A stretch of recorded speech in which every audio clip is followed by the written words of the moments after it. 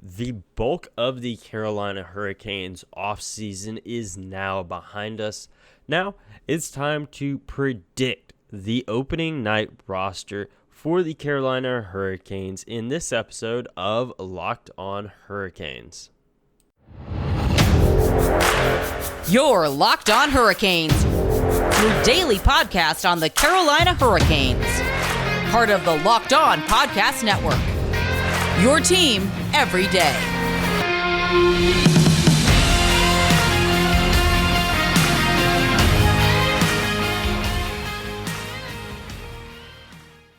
Hey there, Caniacs. I'm your host, Jared Ellis, and you are listening to Locked On Hurricanes on the Locked On Podcast Network, your team every day.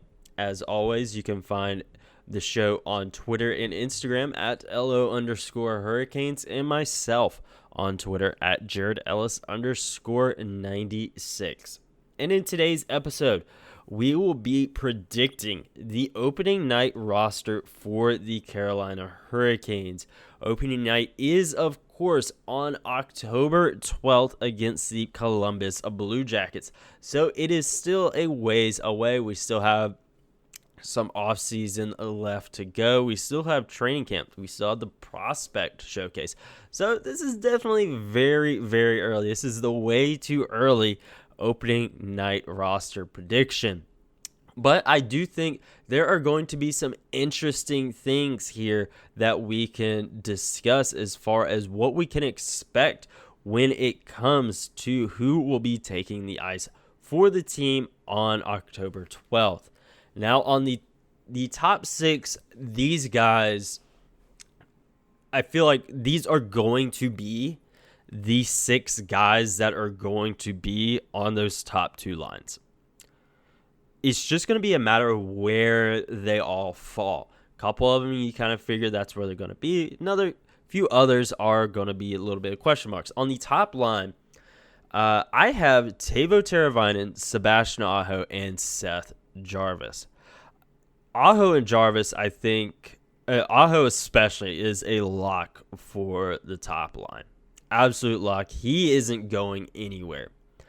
I do think Seth Jarvis, I think there's a good chance he will still be in his spot there that we saw him in on the right side there on that top line. I think that's where he's going to stick, but I wouldn't say that's a lock by any means.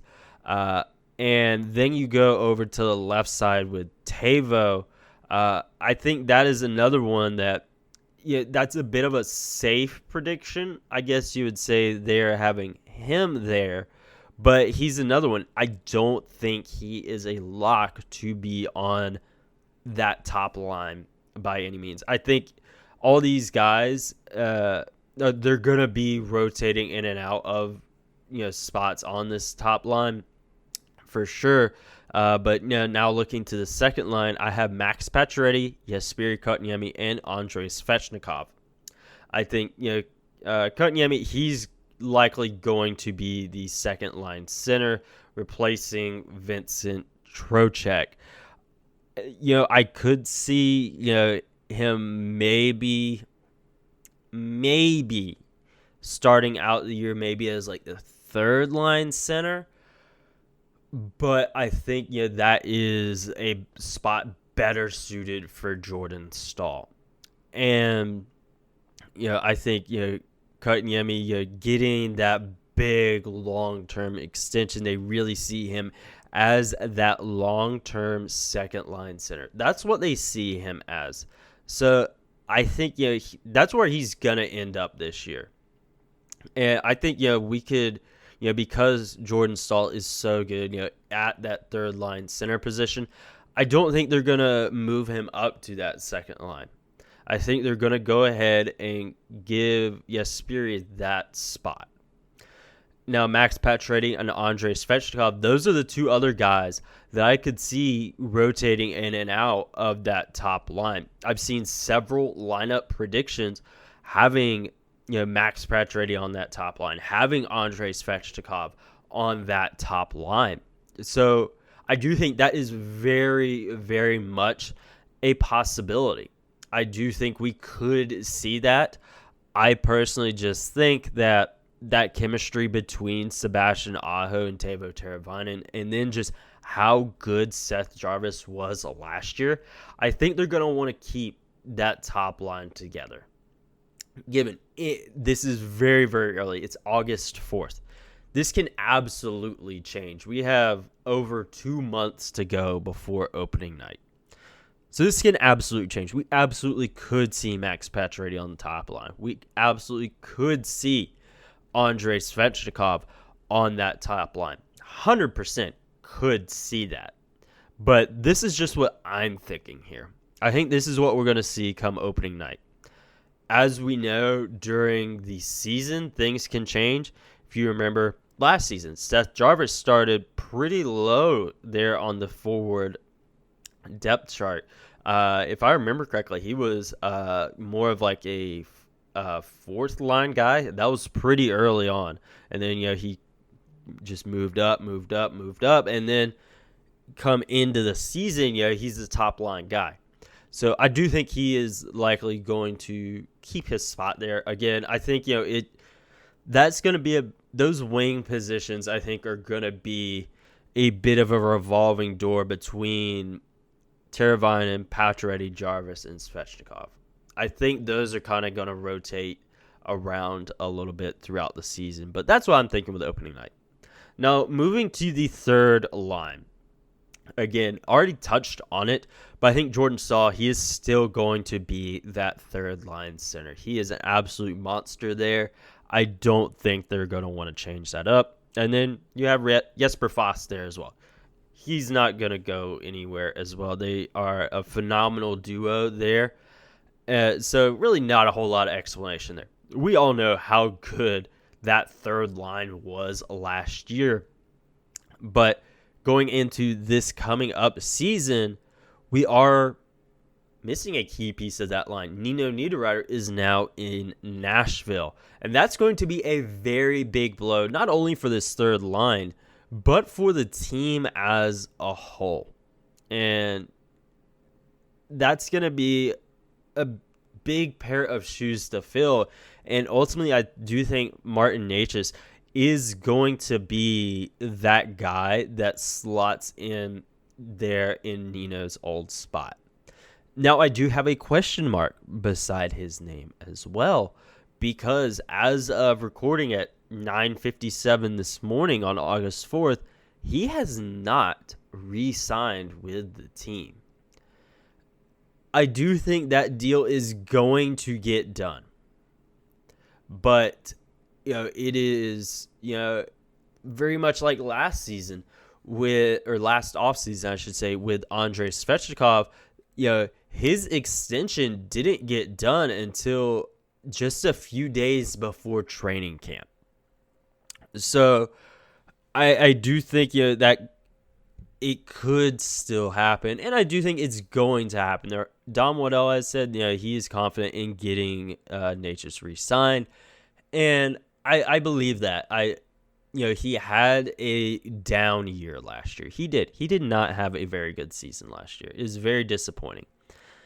And I do think that is hurting his negotiating, because while he does have a great upside, he had a down year.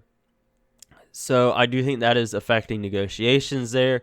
And again, going back to last year, Andre, he did not get his done until very late in the offseason. It was beginning of September whenever he had his done. I was on vacation at the beach when it got done. So I do remember that extension. It was the largest contract in Hurricanes history that he signed. So, there's still plenty of time to get it done. And I do think it will get done. But again, as of right now, he hasn't re-signed. So it is a little bit of a question mark, but I'd say it's a small one.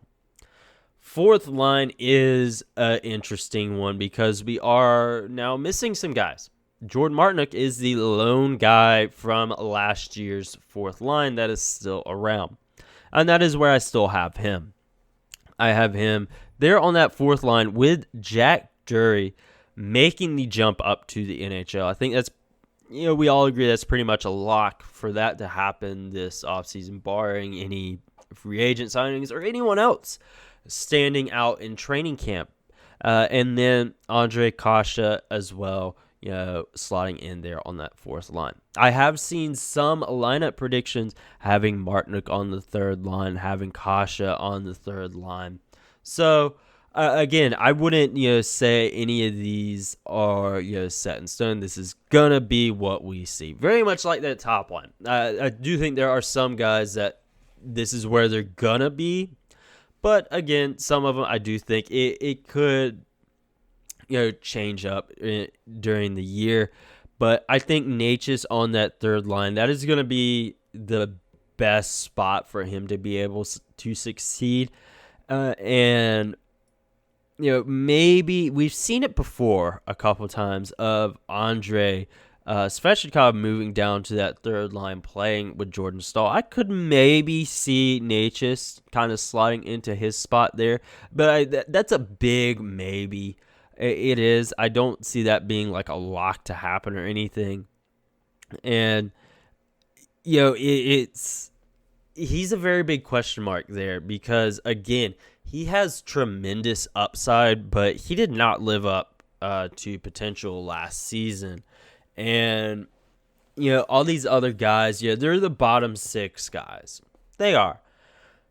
But Natchez, he's a guy that could be a second line guy, but he just hasn't reached that level yet. And, I think, again, that third line with Jordan Staal and Jesper Fast, I think that is the best place for him to slot in and the best place for him to succeed and bounce back this year. I think that is going to be the best possible scenario for him. Again, I honestly could see him being on that fourth line. I could see it. But again, it is way too early to really be locking any of this stuff in. But again, I think third line is the best spot for him. Jack Drury, he's another guy that I think is going to be very interesting to watch come training camp time because, with Sarah Avampata, we said, we feel he is the lock to move up from the AHL to the NHL. He had a great season last year in the AHL. In his time in the NHL last year, at the end of 2021, where the Hurricanes had a whole bunch of guys out with COVID, he was stellar in his time. So I think that having him back, in the NHL full time, I think is going to be a really, really good thing for him in his career. And also his uncle, Trip Tracy. He's going to love calling his games almost every night. Now, we've discussed the forwards, and again, there are question marks there. But I think on the defensive side of the thing, on that blue line, that is, I think, more solid, but there is definitely still some question marks there, and we will discuss those right after this quick break. BetOnline.net is the fastest and easiest way to check in on all of your betting needs. Find all of your favorite sports and events at the #1 online source for odds, lines, and games. Find reviews and news of every league, including Major League Baseball, NFL, NBA, NHL, combat sports, esports, and even golf. NFL training camps are going on right now. NHL season is right around the corner. AEW's Battle of the Belts is coming up this weekend, and BetOnline continues to be the top online resource for all of your sports wagering information, from live in-game betting, scores, and podcasts. They have you covered. Head to BetOnline today or use your mobile device to learn more about the action happening today. BetOnline, where the game starts. Now, moving on to the blue line, I think the top line, the top pairing And the second period, those are locks. I will confidently say that. I think Jacob Slavin and Brent Burns will be on that top pairing. I think that is a guarantee at that point. Jacob Slavin ain't going anywhere. And I think Brent Burns is the best guy to slot in there next to him. He is a good offensive defenseman. We talked about it with JD from Locked On Sharks on the Locked On NHL show whenever that happened. And, he put up 54 points on a really, really bad Sharks team last year. So being able to come to a really good team and being paired with one of the best defensemen in the league, I think that is going to be really, really good for him this season. And of course, Jacob Slavin, he's a brick wall. He's going to do Jacob Slavin things. Not really worried about that in the slightest this year. And second pairing, it's Brady Shea and Brett Pesce. They've been pairing for quite some time now. That's not going to change at all. So not really a whole lot to say there on that pairing. And the third pairing is where we start to have some questions. Ethan Bear just signed his extension, so he's obviously going to be there on that third pairing again. But now Ian Cole is gone. So who's he going to pair with? I think there's 3 guys here that we could see him being paired up with. Jake Gardiner, I think, is, for lack of a better term, the most likely. But even then, I wouldn't say, all right, he's the guy. Don Waddell made it a point that, he's ready to go and, he's being cleared and all that. And the Hurricanes invested so much money in him when they signed him. So I feel like they're going to want to at least try to play him this year to see what happens. I do think, if the right deal came along to ship him off, I definitely think they would. Because he has a big cap hit of $4 million. He didn't play at all last year. He was obviously on long-term injury reserve, so, that salary didn't hurt them last year. But, that ain't going to be the case this year. He's ready to go, and, I think you at least got to try to play him. And is he going to be an extra? I don't know with him. He, if he didn't have such a massive cap hit, I think it'd be a bit of a different story. I think, we could really look at, the other guys here, maybe they're playing, maybe he's the guy sitting. But again, such a big cap hit, and he's ready to go now. I feel like you're going to at least want to try to play him. Again, if he doesn't pan out, he doesn't pan out. Trade him if possible. I think, if they do, they're definitely going to have to retain some salary for sure, because it's been noted that it's really hard to move money in the NHL right now.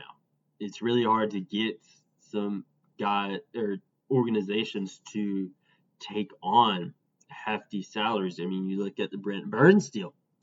We had San Jose retain salary on that. So you imagine, should we trade Jake Gardiner this season? If we do, we're likely going to have to retain some salary. And then, you also look at Dylan Coghlan, who we picked up from the Vegas trade. And I've seen some, lineup predictions having him there, slotting with Ethan Bear instead of Jake Gardiner. I do think that is a possibility, but ultimately I do think Jake Gardiner will be that guy. I think he's going to be the opening night guy. I think Dylan Coghlan could likely be an extra. very much how like Seth Jarvis was to start the season last year. I think he's likely going to be an extra guy. Now, there's a third guy, Jalen Chatfield. I think it's worth noting him. And, I think he's the odd man out in this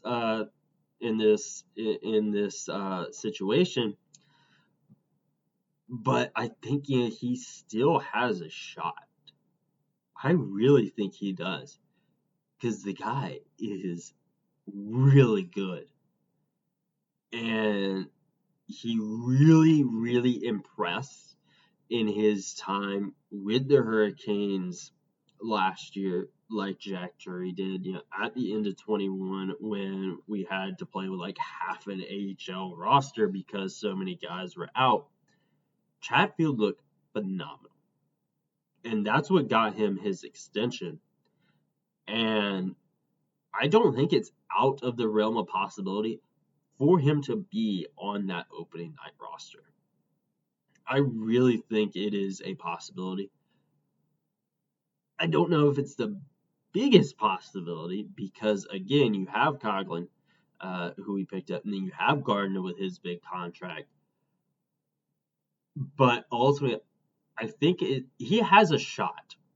I likened him to Seth Jarvis last year at training camp, where he was just that good. They couldn't deny him. He was just that good. A lot of folks didn't necessarily think he was going to be on that opening night roster. They didn't think that he was going to be on the team full time, and they would have to start burning time on his entry level contract. I think we could maybe see something like that of Chatfield being that good and impressing that much in training camp. They're like, dang, this guy's that good. He's gonna give us a shot. I wouldn't put it out of the realm of possibility. I think it's the least likely out of these three guys. I do. But again, I think it could happen. He's definitely going to be a guy that, should someone go down during the season, he's getting called up from the AHL should he go back down there. But he's a guy, like, he's going to make a case for himself in training camp whenever that starts. He's going to make a case to be on the Hurricanes roster. 100% he's going to. It's just going to be a whether or not he can outperform those other two guys. I think he definitely has a shot. I think, Coughlin's obviously going to be in game-ish shape. Obviously, we're going to be in training camp, so he isn't going to be like 100% game ready. Just like every other guy here, they're going to be in training camp shape, not ready to go for game shape. And Gardner, of course, he just missed all of last season. He is not game ready. Obviously, I know that he's going to be working on it this offseason. He's likely probably working on it right now. But, I think Chatfield's going to make a case for himself. It's just going to be whether or not it is a strong enough case for him to be on that roster come opening night. And that is going to be a very fun thing to watch during training camp. Now, we also have, our goalies. That's really not going to be much of a question there, but, some other guys, that could be, kind of fringe guys, and we'll talk about that right after this. Now, looking at the goalies, again, really no discussion here. It's obviously going to be Freddie Anderson and Antti Raanta, of course. Pyotr Kochetkov, it's going to be his net in Chicago. Obviously, I do think we will likely see him some during the regular season. And I think he's likely going to be called upon, because, we know about, Freddie and Antti's injury history. And I think it's I don't want to be a Debbie Downer or anything, but I do think it's inevitable that we will see Piotr at some point this season. I hope. We obviously love seeing him play. He is so good. But obviously, I don't want to see him a whole lot because that would mean Antti Raanta or Freddie Andersen is hurt a lot. I don't want to see that. And, one thing I think, when it comes to the goalies this year is that they should play Raanta more. They should. I think they need to find a good balance so they don't overwork him and he gets hurt. But I also don't want them to overplay Freddie Andersen and him get hurt again, because I think that could have been one thing that hurt him last year. He played so much and he was such a workhorse that it took its toll on his body. He obviously tore his, I believe, MCL in Colorado. So I think, they should lighten his load a little bit this year. It's obviously not going to be like a Peter Mrazek, James Reimer type situation. It's obviously not going to be like that. But ultimately, I think they need to play Raanta a bit more. I think before Freddie went down, I think Raanta was at like 27 games played or something like that. He was barely over the mark for them to qualify for the Jennings Trophy. I do think they need to up his number a bit more this year. Obviously, if Freddie's hot, and going, and go with the hot set of hands, but don't put his body at risk. That would be my main thing. There with the goalies this year, don't play Freddie as much. He's obviously the number one goalie, and Raanta is the number two goalie. It's not a 1A, 1B type situation like with Peter and James or James and Ned. Peter and Ned, there's a little combination there that year. So it's not going to be like that. But again, he needs a bit of a lighter load this year, I feel.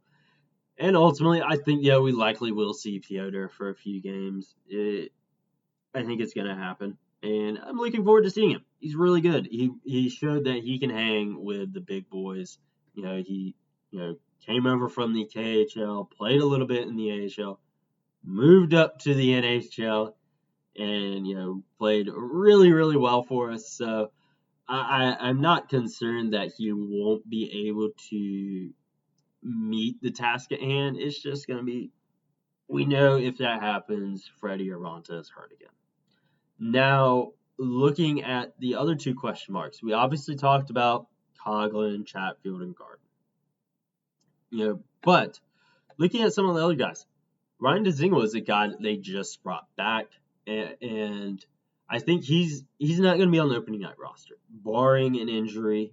He's not going to be on the opening night roster. He signed a 2-way contract. He's going to be more of a guy that, if someone goes down, is called upon. He has a lot of NHL experience. He has Hurricanes experience. He knows this team and he knows the system.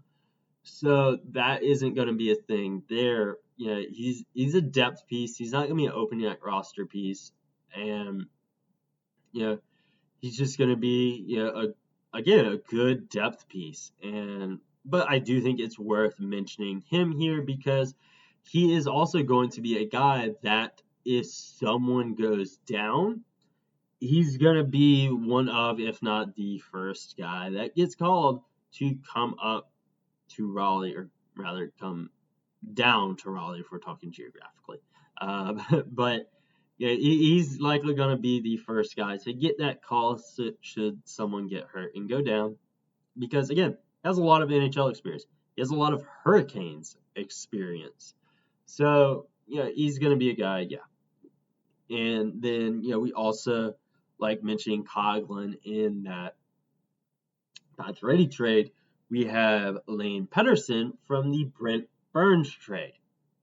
He's a guy, I don't think he'll be opening night roster. I don't think he will be. I think he's going to be more of a depth piece. But ultimately, he's a guy again, anything can happen. It's still very, very early in to be making these opening night roster predictions because we still got training camp to go. Anything could happen.